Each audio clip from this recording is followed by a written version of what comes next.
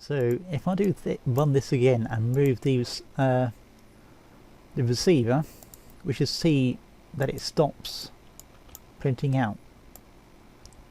There we go.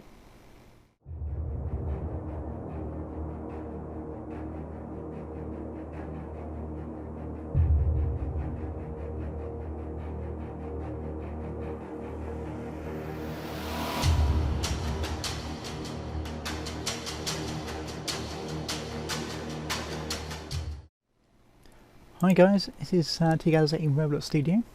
I don't know if you guys heard of the code called Morse code. I think they used it during the war and that sort of thing. Well, I sort of been working on a little example of my own.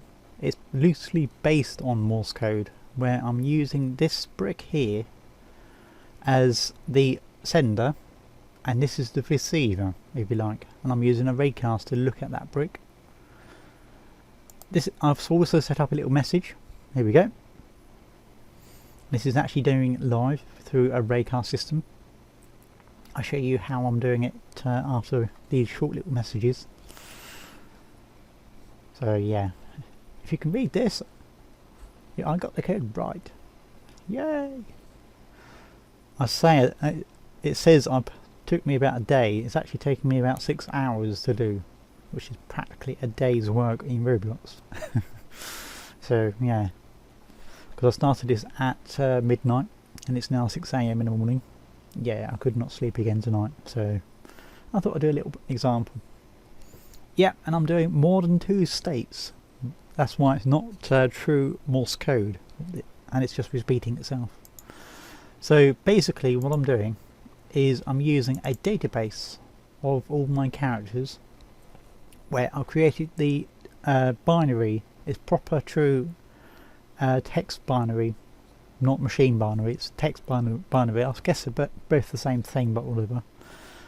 And I'm designating each of these characters as a binary address, where A would be 0000001, B would be 0000010. I think I've got too many zeros there, etc, etc.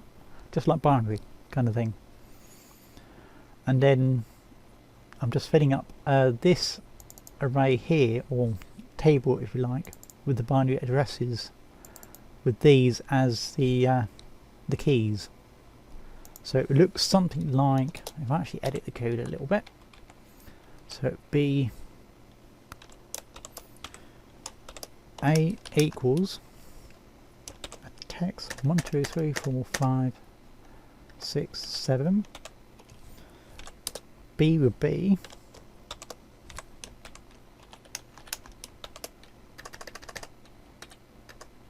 something like that. That's basically what I've done in down below. That's basically what this thing does. This code is actually doing the work, converting the number, the index of where it's finding the code, or finding the letter, sorry, in this database, and converting that into binary.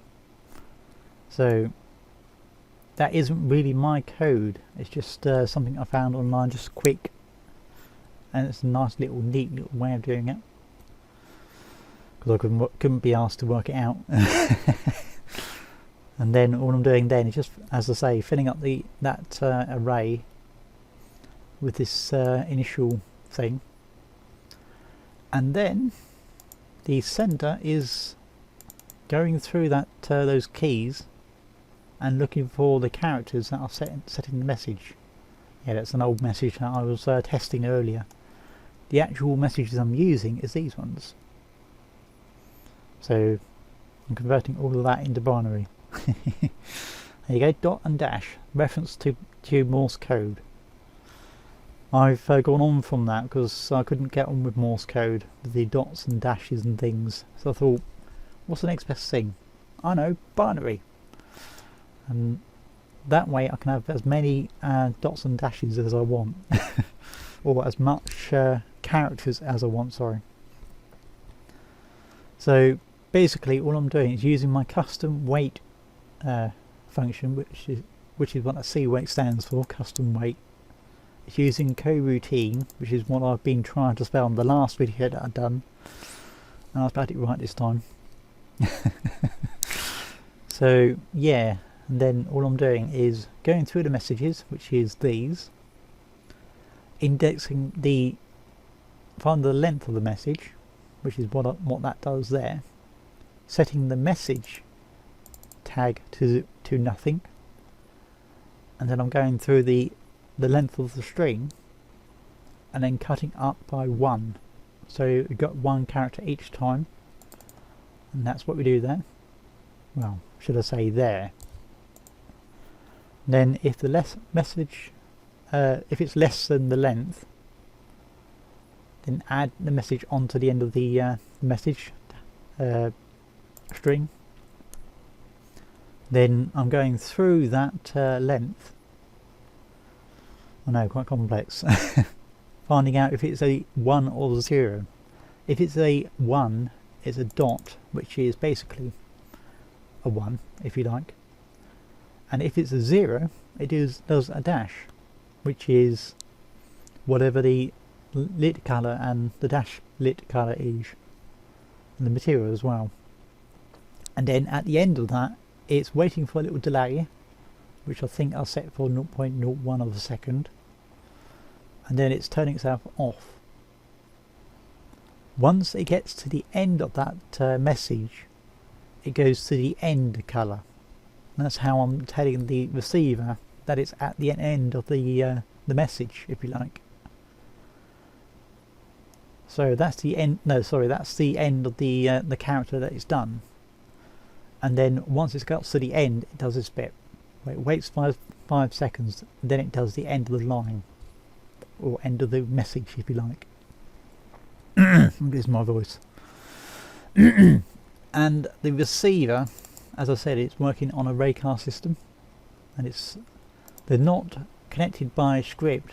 The only way they're connected is by the raycast. So if I do run this again and move the receiver, we should see that it stops printing out. There we go. And as I get it close to it again, it carries on where it's left off. Well, from where it's there we go.